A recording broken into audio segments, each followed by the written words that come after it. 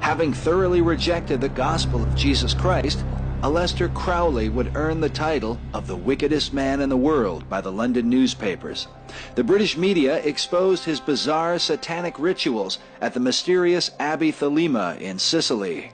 On one occasion, a man named Raoul Loveday died from drinking poisoned cat's blood at Crowley's command. Loveday's widow returned to London and exposed Crowley's wicked behavior to the world. When he was a child, Crowley's own mother referred to him as the Beast.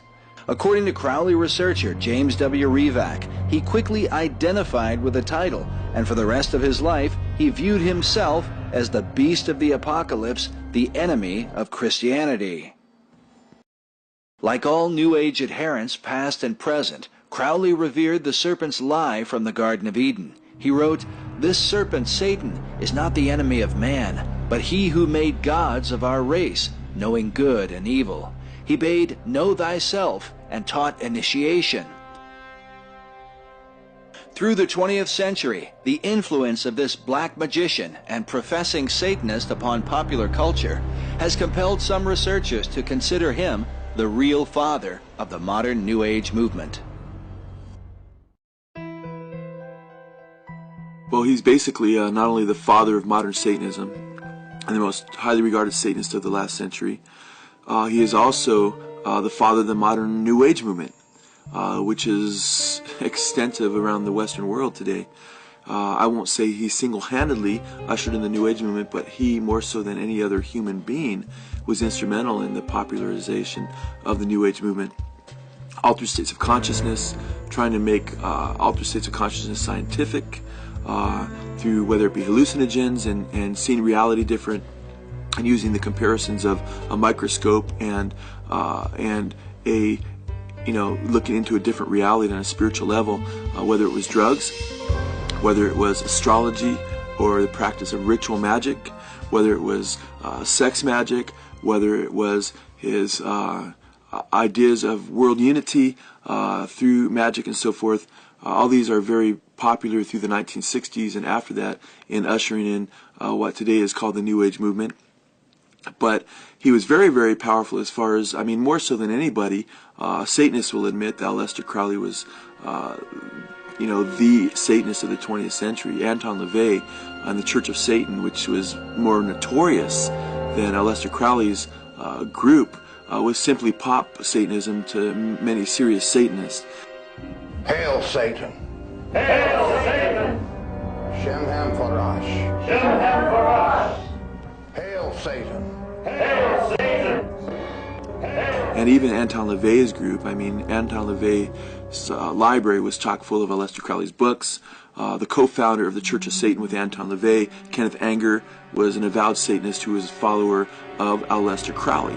And many of his works, Invocation to My Demon Brother, Lucifer Rising, and so forth, videos that he made in the late 60s extolling Satanism, were all about Aleister Crowley, unveiling a picture of Crowley and that's worshipped and so forth. In regard to Satanism, his name comes up over and over again in satanic music and so forth. But even more importantly, in regard to the New Age movement, in the early 1900s, Aleister Crowley was talking about the new eon. Ionis is a Greek word for age, and the new eon being the new age. And what's interesting about Crowley's emphasis on the new age, it had everything to do with what became popular in the 1960s. In his shocking 10-hour documentary, They Sold Their Souls for Rock and Roll, Pastor Joe Schimmel exposes the role of music in furthering the New Age through the 1960s counterculture movement and reveals Aleister Crowley as the patron saint of rock musicians. I can't think of any other occultist who's been more influential on rock musicians than Aleister Crowley, no one close. London Times called Crowley the unsung hero of the 1960s. In fact, if you look at the 1960s counterculture leaders, John Lennon, he said his whole philosophy was, and he quoting Aleister Crowley's axiom, "Do what thou wilt," was the whole Beatles philosophy, he said in his interviews before his death was, "Do what thou wilt." And they put their heroes up on Sgt. Pepper's Lonely Hearts Club Band album, and who did they place there? Aleister Crowley. In fact, that whole album, as we show in our rockumentary, was basically a tribute to Crowley's New Eon, along with their Satanic Majesty's Request by the Stones that the Beatles put out with Sgt. Pepper. In fact, we make a really clear case for Sgt. Pepper being Crowley. In fact, Crowley died 20 years before that album came out. And of course, the song 20 years ago today, Sgt. Pepper taught the band to play. It was 20 years ago today, Sgt. Pepper taught the band to play. It's quite interesting because not only was Lennon and the Beatles into Aleister Crowley, but we show the Rolling Stones and how they were into Crowley, and Mick Jagger and Keith Richards helping out with even Kenneth Anger's movies, pushing Aleister Crowley's Satanism in Lucifer Rising and so forth. So you have the Stones, you have the Beatles, the two biggest rock bands of the 1960s. You have Jim Morrison with a bust of Aleister Crowley, the biggest American rock idol of the 60s, on his album 13. We can go on and on. Led Zeppelin, the biggest band of the 1970s, Jimmy Page buying Aleister Crowley's mansion overlooking Loch Ness, being full on into Aleister Crowley, using implements of his temple on the Presence album on the front cover, as Crowley talked about in his books on ritual magic, and even down to his symbol, Zoso, Jimmy Page of Led Zeppelin, which is really soul spelled forward and soul spelled backwards of the solar god. Soul was S-O-L, the god of, or Satan, in Crowley's books. It was another symbol of Satan, S-O-L, and that was Jimmy Page's occult symbol that he used that nobody could decipher. And recently in Rolling Stone magazine interview in 2002, they all came out and said what their symbol meant, except Page still wouldn't come out and say what his meant. But Crowley said to write backwards and forward. If you look at that symbol closely, it's soul, forward and backwards. So that's still not known to even the rock world what that symbol was, but Jimmy Page has admitted being an admirer of Crowley, practicing Crowley's magic for power and so forth, and they became very powerful. These bands sold their soul for rock and roll, so to speak.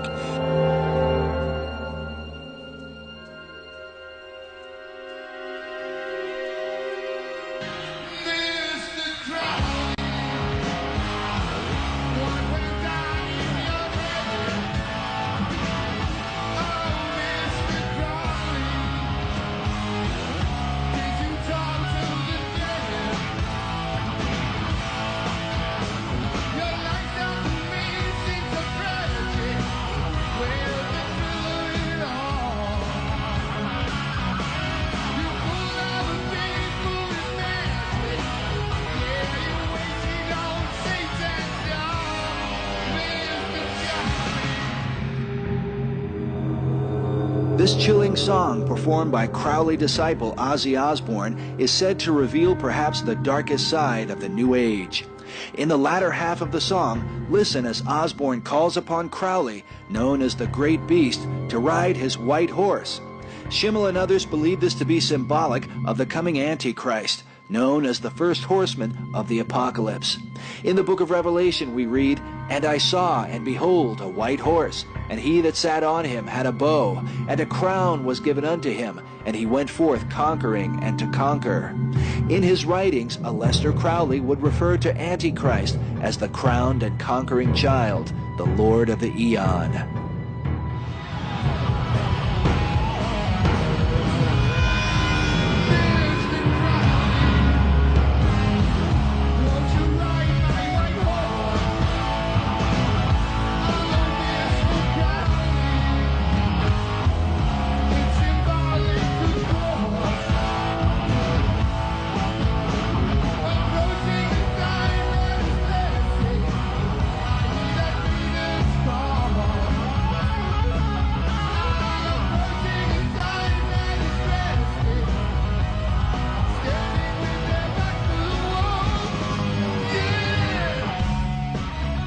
Standing with their backs to the wall is a key phrase in this song.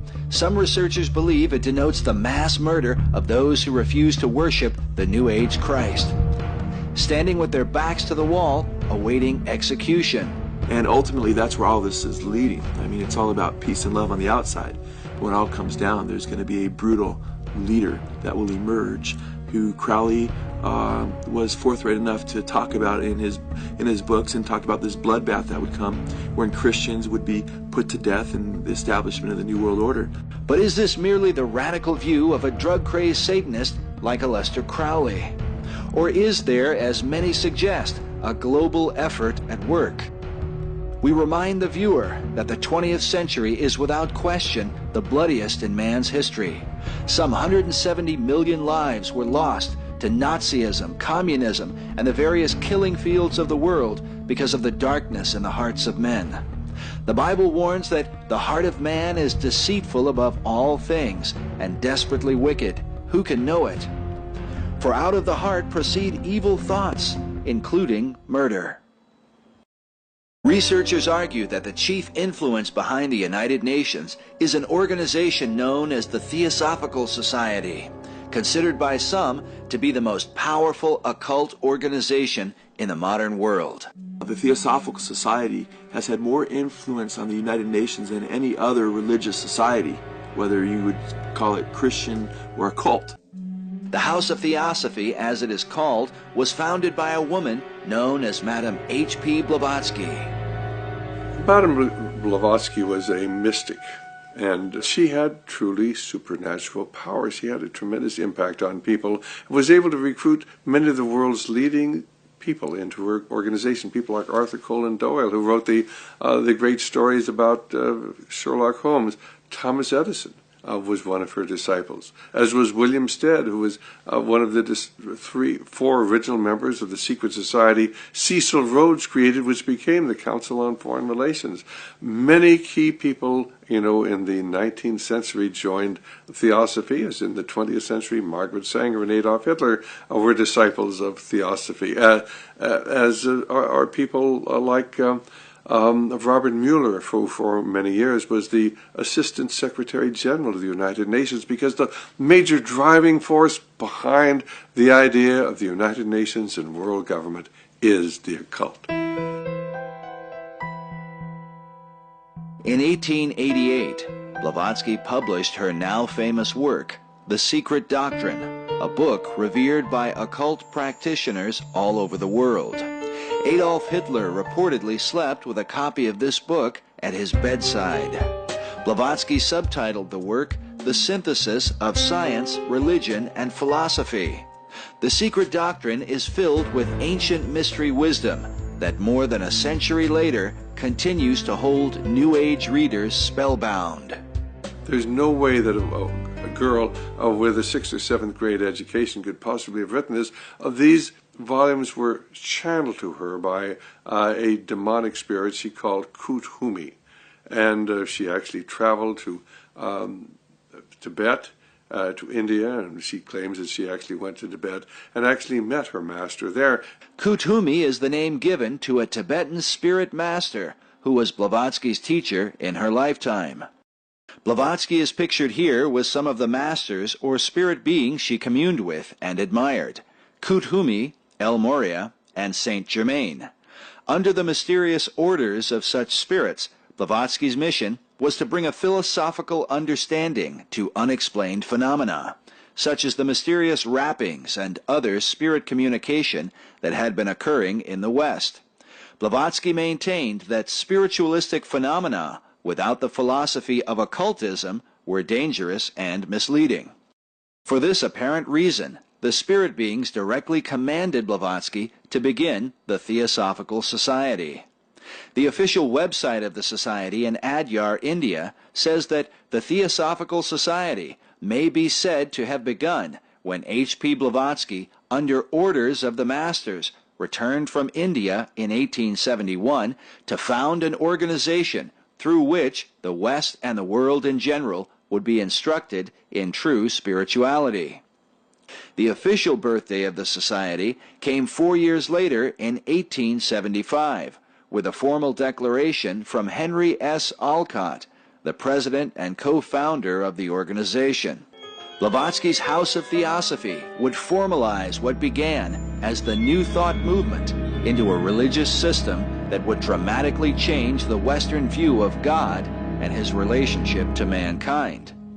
While early America recognized the gospel of Jesus Christ as the only path to salvation, theosophical teachings argued for the essential oneness of all religions and the omnipresence of divine spirit. Theosophy declares that it was formed upon the basis of a universal brotherhood of humanity. Yet Blavatsky would teach far more than a universal brotherhood. She would take the New Thought movement to the next dimension, fully exposing the source of its power in her voluminous writings. These volumes were channeled to her, and they're very, very complex, they're very erudite, but if you read them, you'll find out that she has rejected the God of the Bible and embraced Lucifer. And she's quite open about that. She did emphasize Satan as being the true God, and Satan beckoning Adam and Eve to partake of the fruit. He was really turning them on to true godhood, and he's the one who really freed the human race in Blavatsky's teaching. According to Blavatsky, Satan was in fact God, while Jehovah, the God of the Bible, was the real devil and enemy of mankind.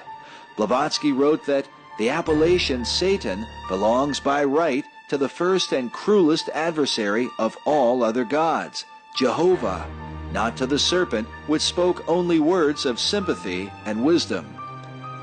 Elsewhere she writes that Satan, the serpent of Genesis, is the real creator and benefactor, the father of spiritual mankind, for it is he who opened the eyes of the automaton Adam, created by Jehovah. In The Secret Doctrine, she says, in antiquity and reality, Lucifer or Luciferus is the name of the angelic entity presiding over the light of truth as over the light of the day.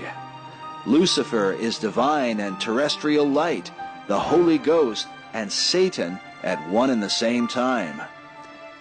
And now it stands proven, she says, that Satan, or the red fiery dragon, the Lord of Phosphorus, and Lucifer, or light-bearer, is in us. It is our mind, our tempter and redeemer, our intelligent liberator, and savior from pure animalism. And were demons that channeled her writings to her, and of course she wrote about world government, the importance of world government, and the idea that mankind, at least Western civilization, began with the Aryan, and the Aryan came out of Tibet. And of course, if you've ever read anything about Adolf Hitler and Heinrich Himmler, why they actually sent expeditions to Tibet looking for the origins of Aryan man. And there were strong ties between the SS and this whole idea of this Superman that they were trying to create and the writings of Madame Blavatsky. The entire basis of the Nazi movement was founded on theosophy and her writings, and of course the symbol that she used, the swastika, is what Adolf Hitler used as the symbol of the Nazi movement. But the average individual does not understand the relationships between Madame Blavatsky's writing and her worship of Lucifer and her accessing the other dimensions and what happened in Germany under Adolf Hitler. Time magazine did a whole thing on the New Age movement with with crystals and, talking about all the different New Age phenomena that became very popular in the 80s and is still with us to this day. And Shirley MacLaine was on the front cover holding the crystals. And in that piece, they talked about, in the introduction of that piece at the beginning of the magazine, they talked about how we don't know where the term New Age came from or where it's going. Well, the Bible tells us, Jesus said in the last days there would be this false, this religious movement, which would be saying the time draws near, which would be predicting a new age, and which would have its basis in satanic or false miracles, which is what the New Age movement's all about. So we know where it's going. In 1904, a man named Aleister Crowley channeled a spirit who inspired a series of writings known as the Book of the Law. According to the introduction of the work, the book was dictated in Cairo, Egypt, between noon and 1 p.m. on 3 successive days. The author, a demonic spirit, called himself Aiwass and claimed to be a messenger from the forces ruling this earth at present. This description is quite revealing, since Jesus referred to Satan as the prince or ruler of this world. Satan is also called the god of this world by the Apostle Paul. In this Book of the Law, Crowley set down the chief principle for what he called the new eon. He wrote, "Do what thou wilt shall be the whole of the law. There is no law beyond do what thou wilt." This declaration is in contrast to the example of Christ in the Bible. In the Garden of Gethsemane, Jesus prayed, "Father, not as I will, but as thou wilt," in obedience to God. But in the Book of the Law, Crowley turns the tables and teaches men not as God wills, but rather, "Do what thou wilt." This promotion of self-will that so often leads to self-empowerment is perhaps the climax of man's desire to be his own God, to rule over himself rather than live in obedience to the God who created him. Jesus said, "If any man will come after me, let him deny himself and take up his cross and follow me. For whosoever will save his life shall lose it, and whosoever will lose his life for my sake shall find it."